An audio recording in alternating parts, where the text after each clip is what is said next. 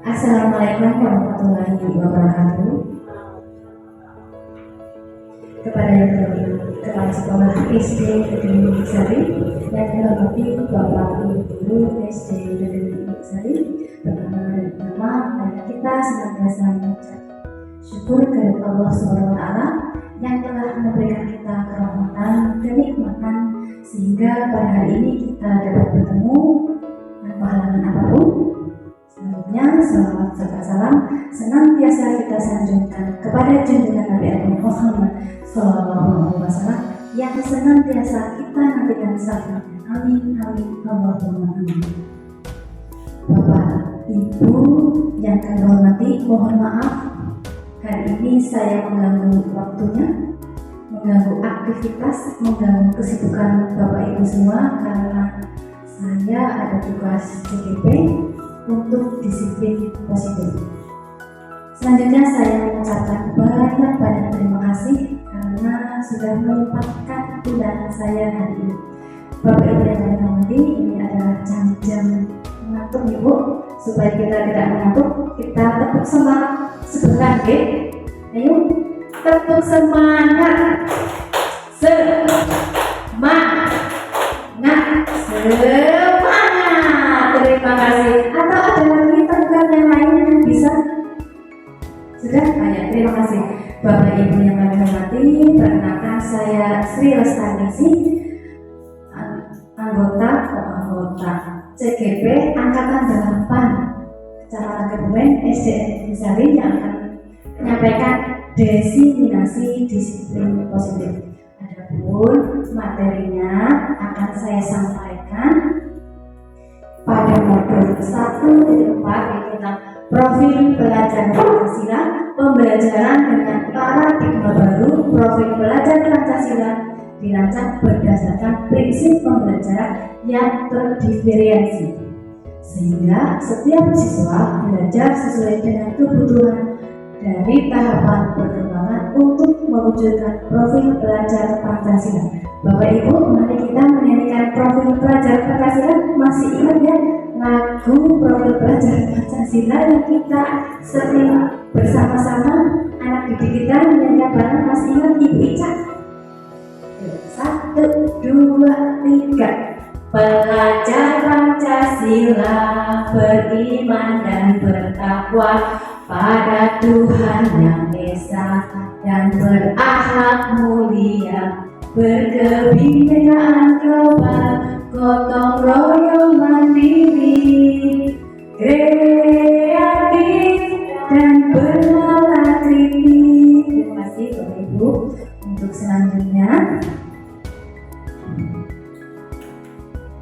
yaitu disiplin positif merupakan salah satu cara penerapan yang bertujuan untuk menumbuhkan kesadaran siswa, memberdayakan anak untuk melakukan sesuatu tanpa sokongan, ancaman maupun hukuman.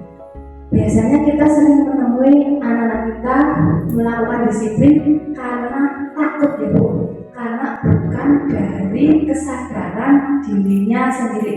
Mungkin karena takut dan berburu. Oh, saya melakukan karena besok saya mau mendapatkan hadiah dari guru. Nah, berarti belum sadar dari dirinya sendiri. Untuk selanjutnya, mohon maaf Ibu, saya ke belakang, ke depan. Adapun tentang kebutuhan dasar manusia. Kebutuhan dasar manusia yaitu kebutuhan bertahan hidup. Kalau contoh kebutuhan bertahan hidup itu contohnya makan, Ibu, minum, sandang, pangan, papan. Sedangkan kebutuhan selanjutnya adalah kasih sayang dan rasa diterima. Anak kita adalah anak-anak unik, anak-anak yang mempunyai potensi yang luar biasa, membutuhkan kasih sayang yang biasanya tidak didapatkan dari rumah. Nah, kita sebagai guru memberikan kasih sayang dan rasa diterima. Kadang ada anak yang kita anggap baju, ya Bu, nakal, itu rambutnya merah atau tidak mau berangkat karena anak tersebut membutuhkan kasih sayang dan ingin diterima di kelompoknya atau di kelasnya tanpa tanpa mungkin dari temannya kadang kamu ini nakal ya, sering meminta jajan ke temannya, padahal kalau ditelisik lebih dalam anak itu mungkin tidak menguasamu karena tidak dikasih oleh orang tuanya, sehingga anak tersebut melakukan sesuatu tindakan tersebut dengan alasan yang kadang kita tidak tahu. Selanjutnya adalah penguasaan anak-anak. Contoh kalau di film-film, di sinetron-sinetron itu ada aktor-aktor atau artis yang ingin berkuasa. Anak atau kita juga butuh penguasaan. Untuk selanjutnya adalah kebebasan. Anak-anak walaupun di sekolah kita sudah terikat dengan tata tertib, dengan aturan-aturan, anak-anak juga membutuhkan kebebasan. Ketika istirahat, anak-anak bebas bermain, bebas berlari. Begitupun di mata pelajaran ya Bu, karena anak pun bebas ingin melakukan sesuatu yang ia suka, tapi mengena di pembelajaran dan dapat memotivasi mereka untuk mendapatkan hal-hal baru dalam pembelajaran yang biasanya di buku patokannya itu, tetapi kadang anak bisa menemukan sendiri Bu. Untuk selanjutnya adalah kesenangan. Anak biasanya butuh bersenang-senang dengan gurunya. Anak butuh pembelajaran yang menarik, pembelajaran yang menyenangkan, sehingga anak-anak termotivasi. Contohnya saya ya Bu, saya mengajar kelas 1. Mengajar kelas 1 berarti gestur saya, mimik saya, gerak-gerik saya, kadang cara bicara saya pun ditirukan oleh anak-anak kelas 1, sehingga anak-anak kelas 1 pun butuh kesenangan dalam belajar sambil bermain.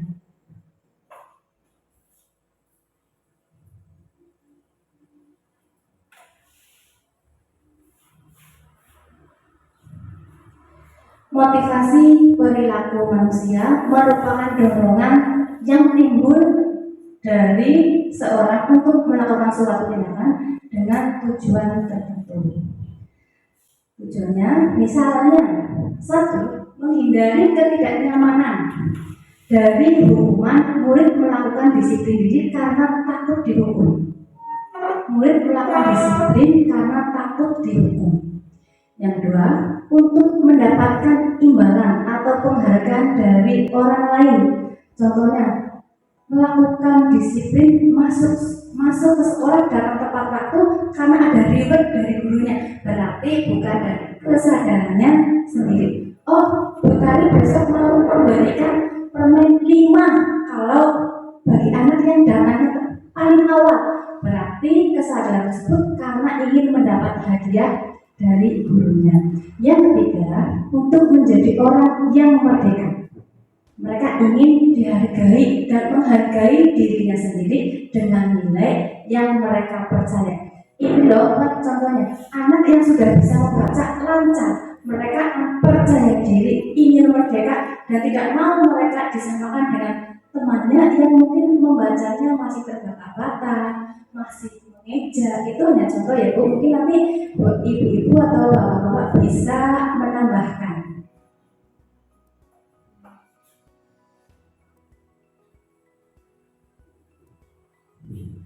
Selanjutnya, konsep disiplin dengan identitas gagal. Ada hukuman dan penghargaan. Yang hukuman, konsep disiplin dengan identitas gagal, yang hukuman adalah menyakitkan, tidak nyaman, murid merasa takut, memaksa, tidak menyembunyikan kesalahan, dan murid menjadi rendah diri.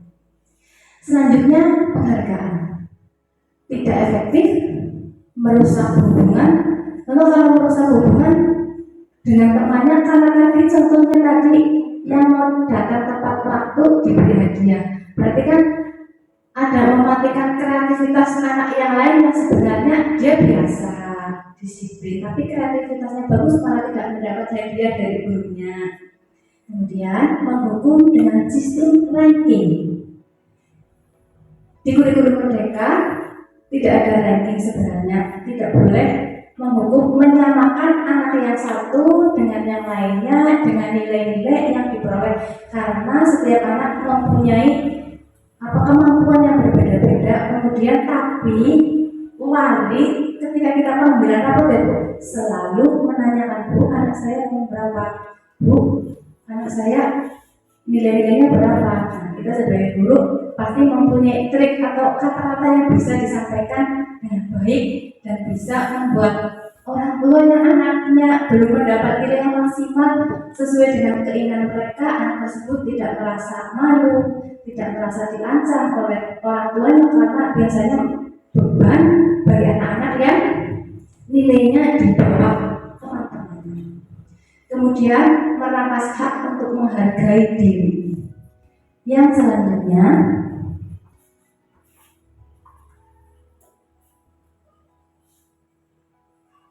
disiplin, konsep disiplin dengan identitas sukses.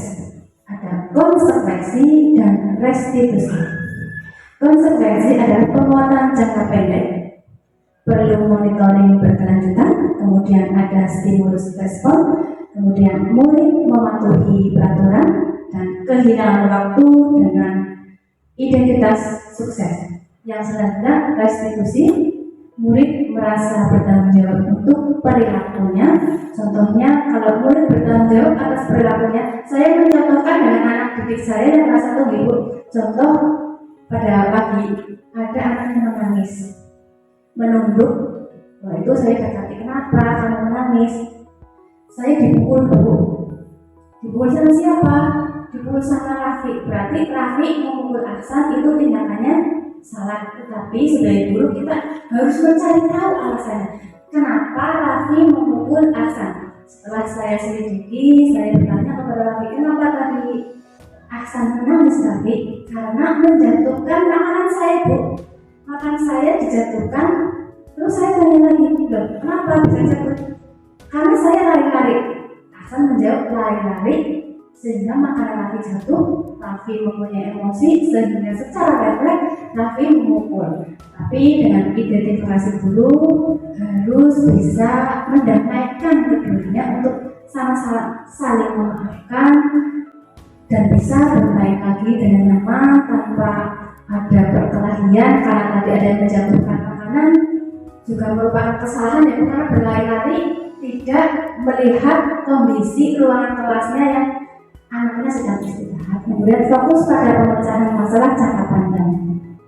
Tetapi guru mengetahui kenapa ada anak yang menangis di kelas, penyebabnya apa, dan kenapa anak itu memukul. Berarti ada sebab dan akibatnya Ibu. Kemudian murid akan menghormati dirinya dan orang lain. Karena tadi Raffi contohnya sudah meminta maaf kepada Aksan. Berarti Raffi sudah tidak merasa tertekan lagi karena sudah saling memaafkan. Kemudian teori kontrol atau dirinya memegang kontrol. Terus murid bersemangat untuk memperbaiki kesalahannya.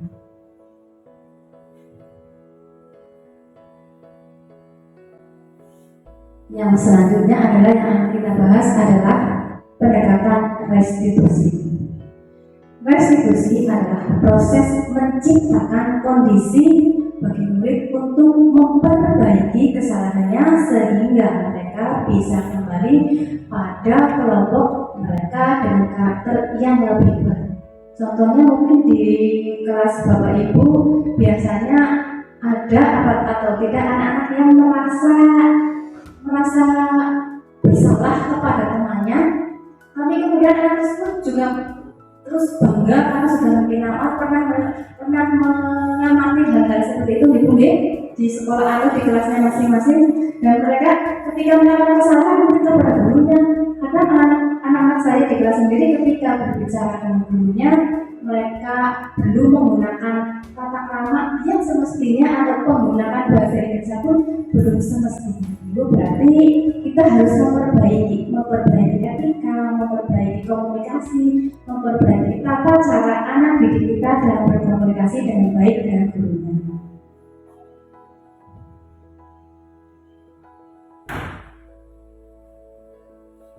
Yang selanjutnya adalah perbedaan contoh kasus siswa yang tidak mengerjakan PR. Ini hanya contoh dari saya, yaitu tentang siswa yang tidak mengerjakan PR. Hukuman. Guru menghukum berdiri di depan kelas atau menulis di buku tulis sebanyak 100 kali. Dulu pada waktu saya sekolah, saya pernah mengalami hal demikian. Kemudian guru memaksa murid untuk menjadi takut. Tapi kita tidak, ya Bu, kita bukan termasuk yang memaksa diri murid agar murid tersebut takut terhadap kita. Yang selanjutnya adalah konsekuensi, yaitu guru memberikan konsekuensi untuk mengerjakan PR pada jam istirahat. Guru dengan tegas dan siswa menghormati. Berarti antara hukuman, konsekuensi ada kaitannya, Bu. Memberi hukuman tapi konsekuensinya ketika istirahat mengerjakan tugas, teman yang lain istirahat, dirinya sendiri mengerjakan tugas karena tidak dikerjakan di rumah. Berarti sebagai guru kita tidak membiarkan anak-anak kita untuk tidak mendapat nilai. Kalau tidak mengerjakan tugas tidak mendapat nilai. Berarti guru bersikap baik, memotivasi anak tetap mengerjakan, tapi konsekuensinya ketika istirahat, teman yang lain istirahat, dia harus mengerjakan tugas. Yang selanjutnya adalah restitusi. Guru menanyakan keyakinan kelas. Mungkin Bapak Ibu sudah ada yang membuat keyakinan kelas, kesepakatan tentang tata tertib atau aturan yang ada di kelas. Kemudian guru membantu siswa untuk menyelesaikan masalah. Yang selanjutnya, guru terbuka dan menghormati siswa. Guru terbuka dan menghormati siswa. Mungkin kita bertanya dulu, Ibu, kenapa kamu tidak mengerjakan tugas hari ini? Atau mungkin mengantuk, mungkin karena lupa, atau kalau anak tersebut sering dan berkali-kali melakukan hal tersebut, berarti ada sesuatu yang harus dibetulkan. Mungkin karena dia kurang perhatian dari ibunya, kurang perhatian dari ayahnya, atau dia hanya tinggal bersama mbahnya. Mungkin mbahnya sudah tua sehingga kurang memotivasi. Yang penting anak itu mau sekolah dan tidak mau tahu ada PR atau tidak. Betul. Yang selanjutnya,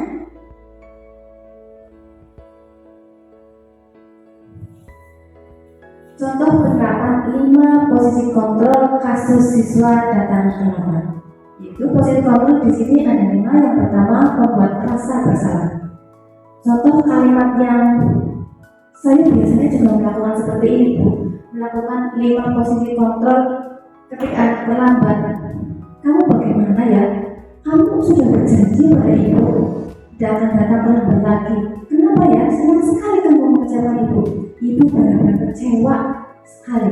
Itu contoh posisi kontrol bagi siswa yang terlambat. Yang selanjutnya,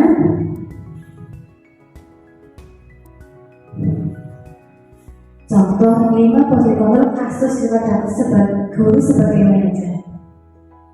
Kalau guru sebagai manajer berarti guru akan lebih halus lagi. Apakah kamu mengetahui kesalahanmu, Nak?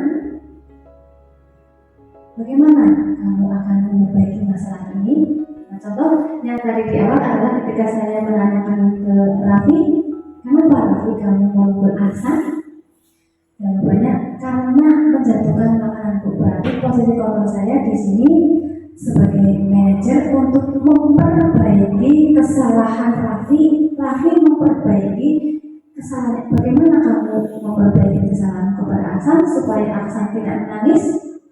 Nanti meminta maaf. Kemudian mereka sama-sama bermain lagi dan tidak ada dendam, Ibu.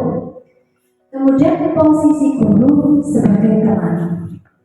Karena di era zaman kurikulum merdeka ini kita tidak bisa menekan anak dengan sekehendak kita.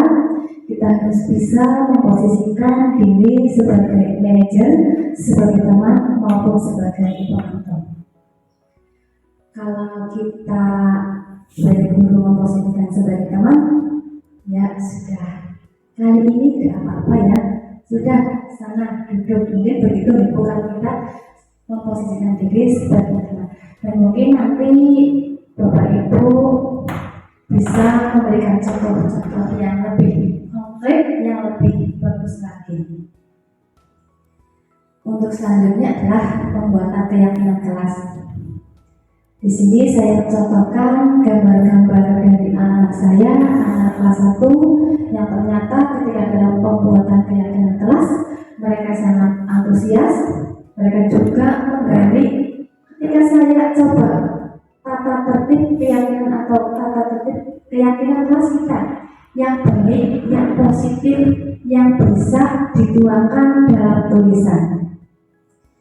Nanti mengapa keyakinan kelas? Mengapa tidak peraturan kelas saja? Mengapa kita memiliki peraturan menggunakan helm? Kalau kita menggunakan helm itu yang utama untuk apa sih? Putri, kalau kita memakai helm, yang utama keamanan. Kalau begitu menggunakan helm untuk apa? Mematuhi peraturan. Bu Saras, melindungi kepala. Bu Ica, takut. Kalau saya mungkin ingin hemat supaya tidak dikeringkan, bisa begitu ya Bu. Tapi pada titik utamanya adalah untuk keselamatan diri kita sendiri. Kalau takutlah polisi, takutlah nanti kulit saya hitam. Nah, berarti ya itu sama saja berarti dengan keyakinan yang kelas kita itu. Selanjutnya, mengapa kita harus membuat jadwal piket di kelas sih? Supaya yang piket bukan guru, terus supaya satu kelas bergantian ibu, bergantian melaksanakan piket, membersihkan kelas. Biasanya yang rajin yang itu terus, sedangkan yang lain yang biasa tidak pernah membantu temannya main-main sendiri. Atau biasanya juga pembawaan Bu dari rumah. Ketika saya MPLS ini 2 hari saya memperhatikan ada satu anak yang sangat unik. Tadi kita ada kegiatan makan bersama. Ada kegiatan makan bersama. Anak itu hanya membawa tempe mendoan, Bu. Ketika saya mengumumkan di grup, silakan membawa sayur hijau. Dan anak tersebut memandang muka saya. Karena kita dibukakan itu tempat nasinya. Kemudian, Bu, saya hanya sama tempe. Nah, saya terus yang lain semuanya dibuka. Ada yang membawa telur, sosis, nugget. Coba siapa yang mau ikhlas memberikan lauknya atau sayurnya kepada Wiwi? Semuanya diam, mungkin masih merasa enak-enak ya. Kemudian saya motivasi lagi, ayo siapa yang menjadi anak baik. Terus malah dia panen lauk. Ada yang memberinya sosis, ada yang memberi secuil telur, ada yang memberinya lagi nugget. Nah, anak tersebut merasa bangga yang dikasih itu, rasa kebanggaan mungkin karena di rumah, karena kondisi ya Bu, dia paling menghabiskan, paling bersih membersihkan makanan. Kemudian dia sudah bisa membereskan tempat makannya sendiri. Ketika yang lain masih guru, bukakan guru plastik. Nah itu sudah mandiri Bu, terus dimasukkan terus. Yang lainnya duduk berhamburan ke orang tuanya. Dia mengambil sapu, nyapu tempat-tempat nasinya. Itu seorang bocah laki-laki itu saya perhatikan. Oh berarti nilai plusnya anak tersebut dia bersih-bersih. Terus saya ada anak yang mendekat. Bu, itu dia kan memang suka bersih-bersih, selalu membantu bu guru dan temannya. Terus dia saya enggak, berarti kan mungkin karena ya sudah terbiasa membiasakan hal-hal yang baik, yang positif, sehingga perilaku di rumah dilanjutkan di sekolah dengan baik.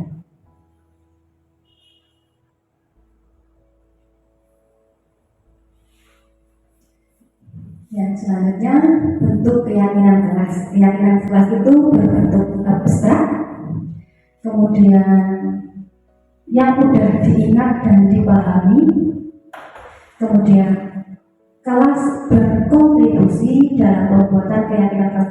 Berarti kalau kita membuat keyakinan kelas, kalau saya dulu itu selalu saya yang membuat sendiri. Saya yang membuat sendiri tanpa melibatkan siswa saya. Karena kondisi siswa kelas 1 yang memang harus selalu didukung, dimotivasi. Kemudian keyakinan kelas senantiasa dibentuk dalam bentuk yang positif, misalnya datang tepat waktu. Kalau anak kelas 1 masih ringan, terus selalu merasa bahagia di kelas, terus yang piket harus membersihkan kelas, terus hormat kepada gurunya, kemudian bersikap sopan dan santun, menghargai temannya, dan membuat kelas menjadi nyaman dan bahagia, tidak gaduh sendiri, dan yang berkepentingan harus meminta izin. Itu salah satu contoh keyakinan kelas di kelas yang masih sangat dalam tahap kelas 1. Selanjutnya adalah dalam penerapan program disiplin positif, hendaknya guru memiliki standar kepribadian profesional dan sosial yang baik, di mana guru mampu berefleksi pada posisi kontrolnya saat ini, karena bagaimana perjalanan dirinya sebagai seorang among atau posisi manajer yang menentukan murid menjadi insan yang mandiri, serta merdeka, serta bertanggung jawab. Demikian dapat sedikit tentang disiplin positif dan restitusi. Mungkin dari Bapak atau Ibu mau menambahkan? Tapi monggo Bu, silakan Bu maju dulu. Bu pakai mic Bu.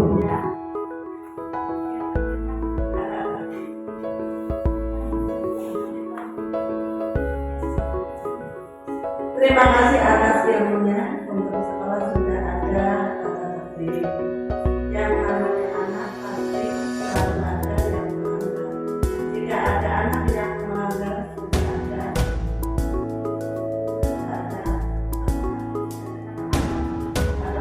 tata tertib.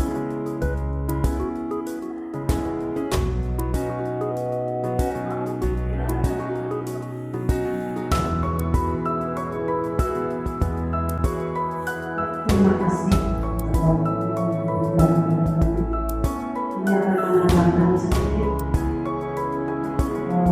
dalam membentuk karakter anak itu memang kita membutuhkan motivasi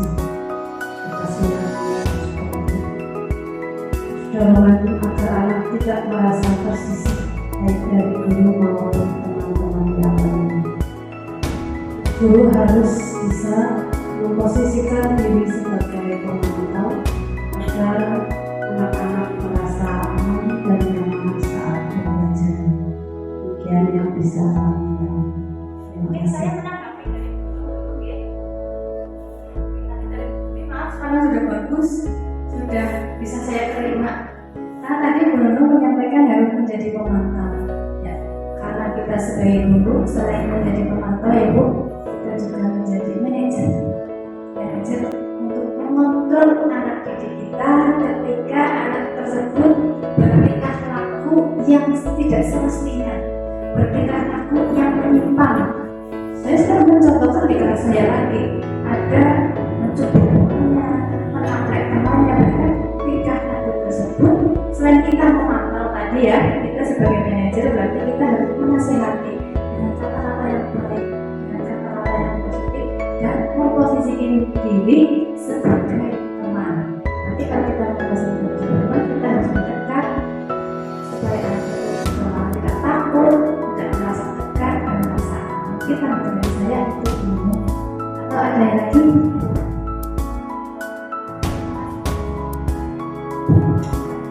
Terima kasih atas waktunya. Bahkan dalam hal tata tertib harus ada upaya guru untuk memberikan Misalnya saat guru harus datang tepat waktu, guru kemudian memberikan penghargaan kepada anak yang sudah sesuai dengan dari izin bertanya. Tadi dijelaskan tentang keyakinan kelas itu sangat beda kesempatan kelasnya.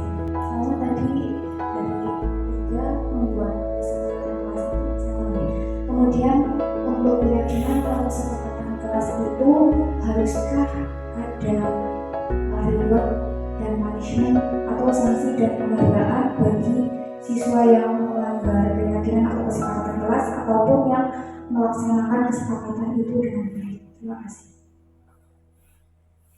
Terima kasih Bu Ica. Kembali lagi kita adalah sebagai posisi manajer dan posisi kontrol dalam pembuatan keyakinan kelas. Saya membuka lagi Mbak tadi atas pertanyaan Bu Ica cara pembuatan kelasnya. Dalam pembuatan keyakinan kelas atau bentuk keyakinan kelasnya harus dengan menggunakan kata yang mudah diingat, dengan kata-kata yang positif. Biasanya guru bersama siswa membuat kesepakatan kelas atau keyakinan kelas itu bersama-sama dan bisa berubah sewaktu-waktu itu.